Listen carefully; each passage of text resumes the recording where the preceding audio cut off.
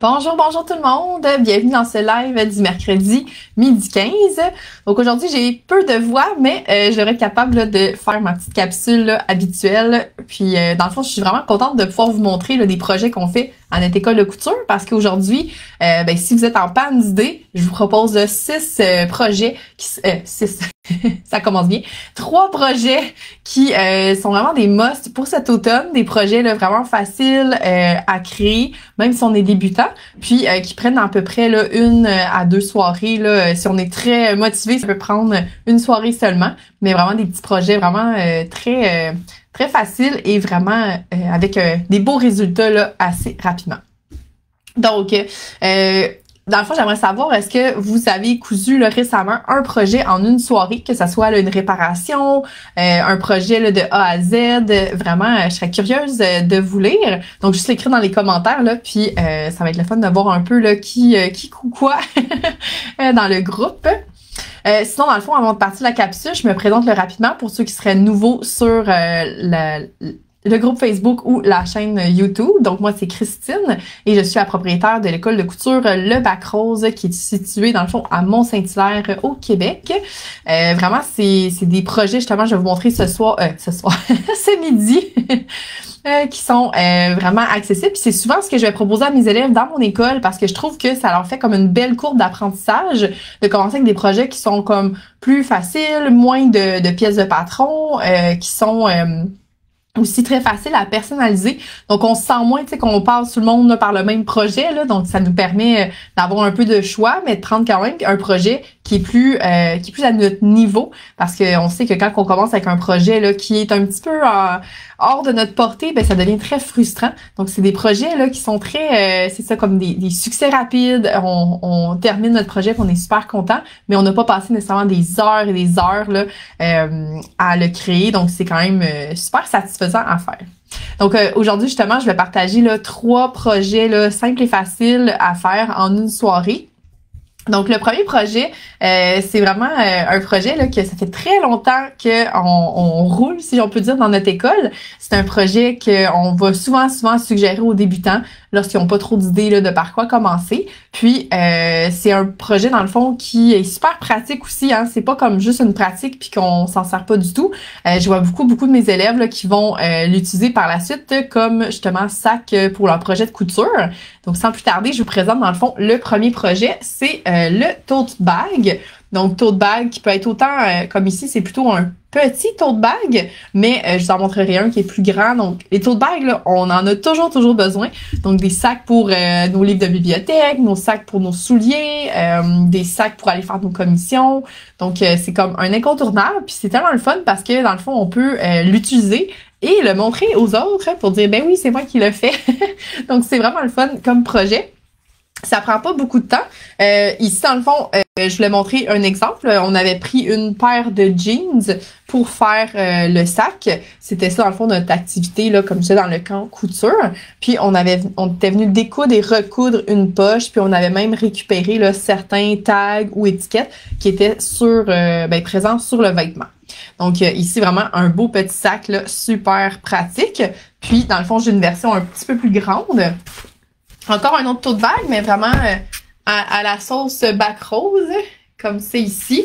Donc, celui-là, dans le fond, avec une petite poche, avec un rabat à l'avant, comme ça. Puis, dans le fond, une ganse qui est plutôt sur les côtés, hein, une ganse au lieu de 2. Donc, ce qui est le fun avec le tote bag, c'est qu'il y a comme vraiment des possibilités infinies. Puis, ce que je m'amuse beaucoup à faire avec mes élèves, c'est que j'ai un patron de tote bag standard, si je peux dire. Puis, on peut le personnaliser. Donc, selon l'élève, là, récemment, on en a fait un tote bag, justement, qui était fait à partir de jeans. Il y en a un autre, on a rajouté une doublure à l'intérieur pour récupérer un tissu là qui était vraiment là comme plein de motifs. On a fait quoi? On a rajouté des poches à l'intérieur, comme une poche cellulaire à l'intérieur. On a aussi fait un modèle, là, c'est vraiment populaire en ce moment, un modèle de sac qui est comme tout matelassé. Donc, avec vraiment comme une épaisseur de surplus. avec du codel, je pense qu'on avait utilisé. Puis ça donnait comme une espèce de tu sais, ça donnait du volume au sac.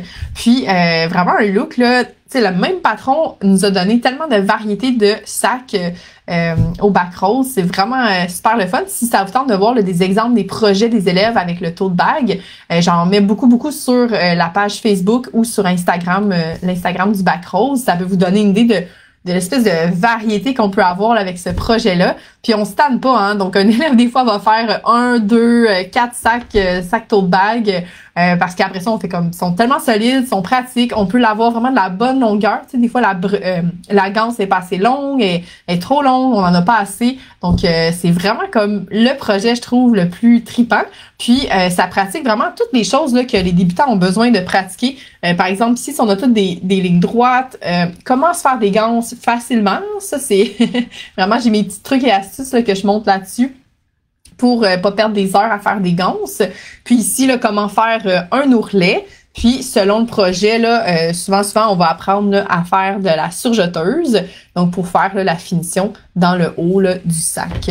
Donc, c'est ça, je m'amuse beaucoup là, à faire, OK, quelle technique qu'on veut faire. Puis, dépendamment du niveau de l'élève, ben là, j'en rajoute pour être sûr là, que on développe vraiment là, les compétences de l'élève au niveau de la couture. Puis aussi, ici, on avait fait dans le fond des coins dans le fond du sac pour lui donner comme un espèce de 3 dimensions au sac. Donc, comme je disais, c'est comme, moi, c'est mon terrain de jeu, là, le tote bag. Il y a tellement de choses à faire avec ça.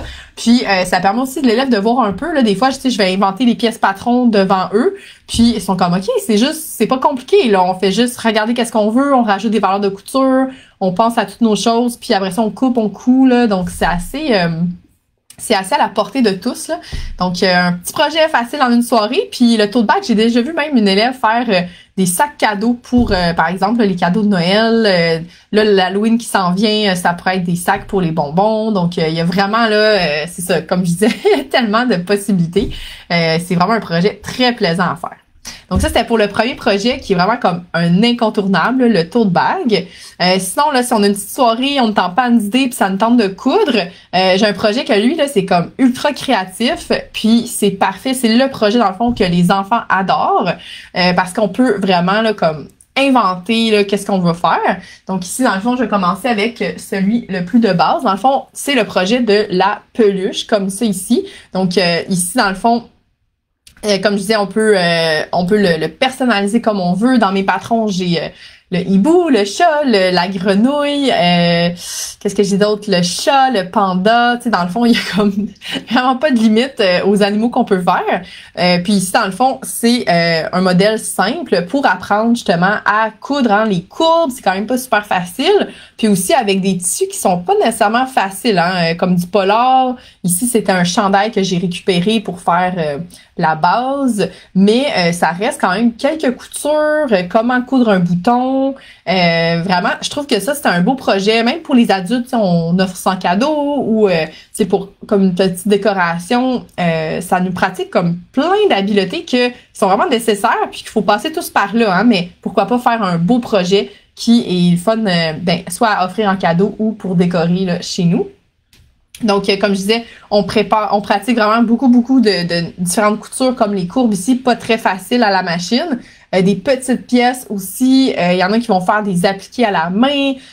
Vraiment, là, il y a comme tellement d'options. Puis aussi de bien comprendre, tu sais, comment placer nos pièces là, endroit contre endroit. Ça, souvent, quand on commence, c'est un petit peu plus difficile. Puis aussi, là, comment aller recouper nos coutures pour aller chercher là, des beaux angles comme ça, pour aller bien placer notre bourrure. Donc, c'est vraiment ici la peluche en 2 dimensions. Moi, j'appelle ça comme ça parce que on fait notre décoration sur un côté, puis on lui met l'autre côté par-dessus, on rembourre, on ferme le trou à la main. Ben oui, j'avais fait un point invisible sur ce projet-là. Donc, beau petit point invisible comme ça, où on referme à la machine. Puis, c'est terminé. Donc, vraiment, en une soirée, là, 2 à 3 heures, ça peut être complété comme projet. Sinon, dans le fond, si on est déjà un petit peu plus habitué, au niveau de la couture, juste retrouver mes toutous, mes peluches. Donc, si on est déjà un petit peu plus habitué, ici, j'ai des peluches qui sont plutôt comme en 3 dimensions. Donc, j'ai vraiment un effet, là, tu sais, d'effet 3D. Donc, oui, c'est du 2D pendant un certain temps, mais après ça, on lui fait des coutures, puis ça lui crée, là, dans le fond, un fond et un dessus. Donc ici, un petit projet que j'avais fait pour l'Halloween, justement, l'année passée, là, une belle chouette comme ça. Donc c'est sûr qu'il y a beaucoup de découpage lorsqu'on fait des peluches, mais tu sais, ici, on peut même venir là, avec un point zigzag, faire vraiment des petits détails raffinés, là, si je peux dire, de faire de la personnalisation, mettre un petit peu plus en valeur certains détails du toutou. Puis ici, dans le fond, j'ai utilisé même des yeux qu'on voit beaucoup dans les projets de crochet là, ces temps-ci avec les amigurumi. Je me dis pourquoi pas, je vais utiliser ça pour les peluches comme ça ici. Donc ça fait des peluches au look un petit peu plus professionnel qu'on pourrait même retrouver dans des magasins. Donc ça peut être super le fun. Puis ici, moi j'aime bien utiliser là, du polar. C'est super doux, c'est quand même facile à coudre, ça donne pas trop d'épaisseur. Puis il y a comme une espèce de texture au toutou là qui est super intéressante, là, comme ça. Donc j'avais fait aussi là la peluche chat comme ça ici. Donc les jeunes ils ont tout le temps vraiment du plaisir à personnifier leur chat à la maison. Donc ils ont des tâches, pas de tâches. Donc c'est vraiment super le fun.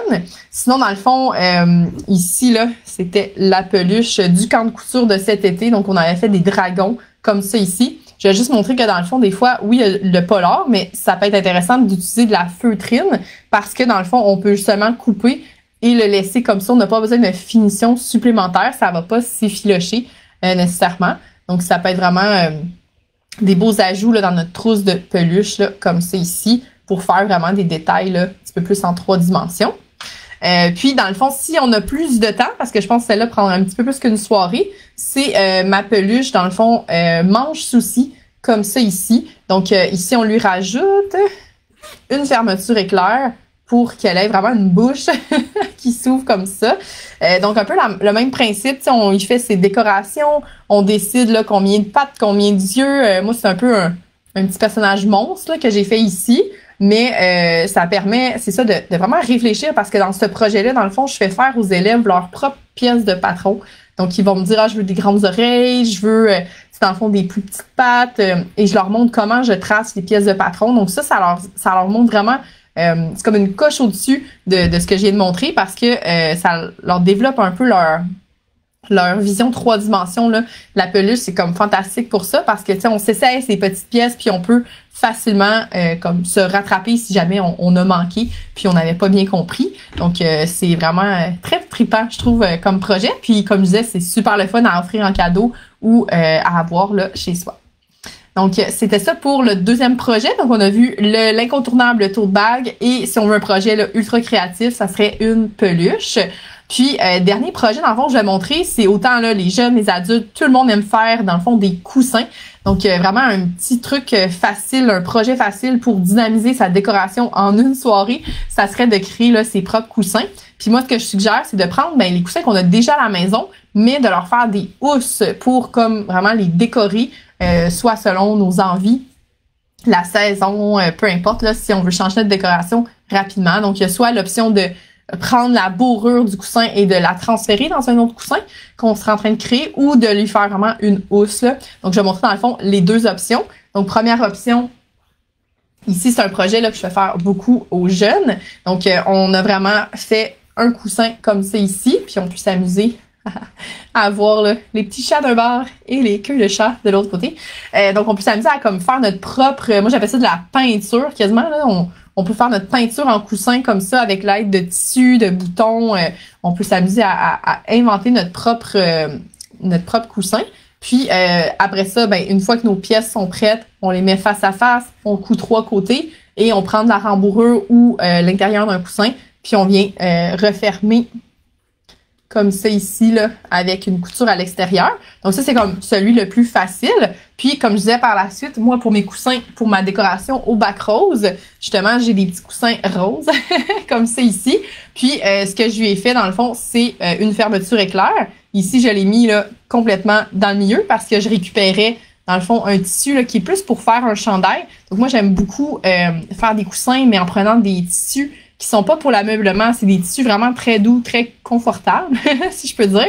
Mais c'est ça, c'était pour faire des chandails. Alors que moi, j'ai pris ça pour faire mes coussins. Puis là, ça me permet d'avoir vraiment de pouvoir laver mon coussin, de laver ma housse, puis de l'avoir là toujours sous la main. Donc comme ça permet de pas détruire, dans le fond, notre coussin d'origine. Mais c'est ici. Puis sinon, mon autre version ici, mes petits coussins, donc ceux qui viennent à l'école, vous les reconnaissez. Encore une fois, un tissu super confortable qui servait plutôt à faire des vêtements. Mais à l'arrière, dans le fond, je lui ai mis une fermeture éclair pour pouvoir enlever et replacer le coussin. Donc les coussins, dans le fond, je me fais pas...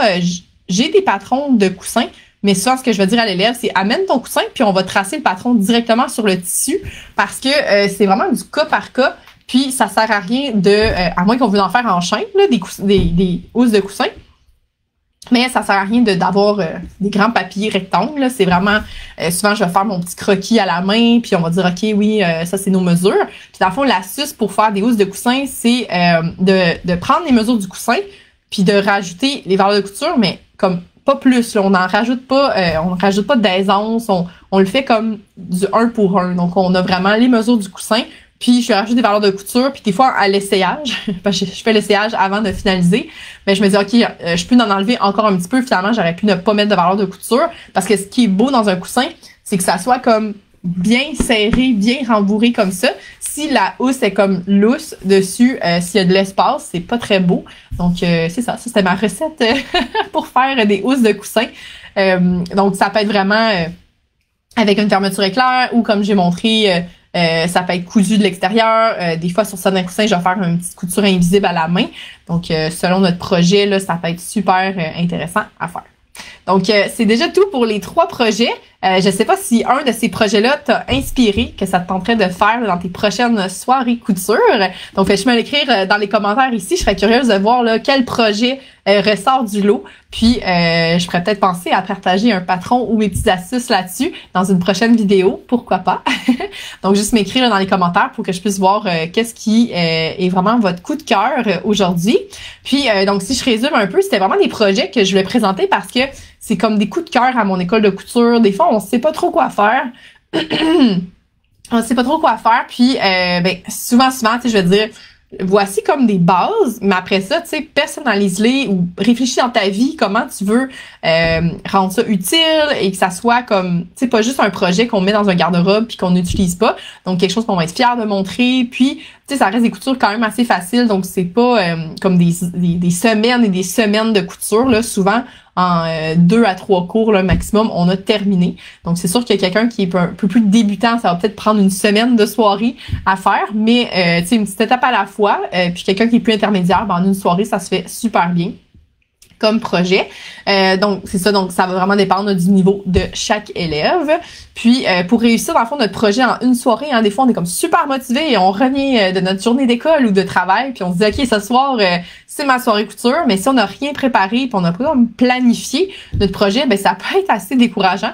Donc, peut-être vérifier, OK, je veux faire un coussin, est-ce que j'ai besoin d'une fermeture éclair? Ben là, je vais aller en fin de semaine l'acheter, tu sais, c'est quoi mon tissu? De juste faire cette préparation-là, puis qu'il reste juste la couture à faire, ça enlève beaucoup de pression, puis ça nous permet, tu sais, d'écouter une petite émission ou de se mettre de la musique pour faire notre projet, là, bien relax, puis d'avoir le produit fini à la toute fin de la soirée sans dire, oh non, j'ai oublié, je peux pas terminer. Donc, ça serait vraiment mon astuce, là, à vous donner aujourd'hui.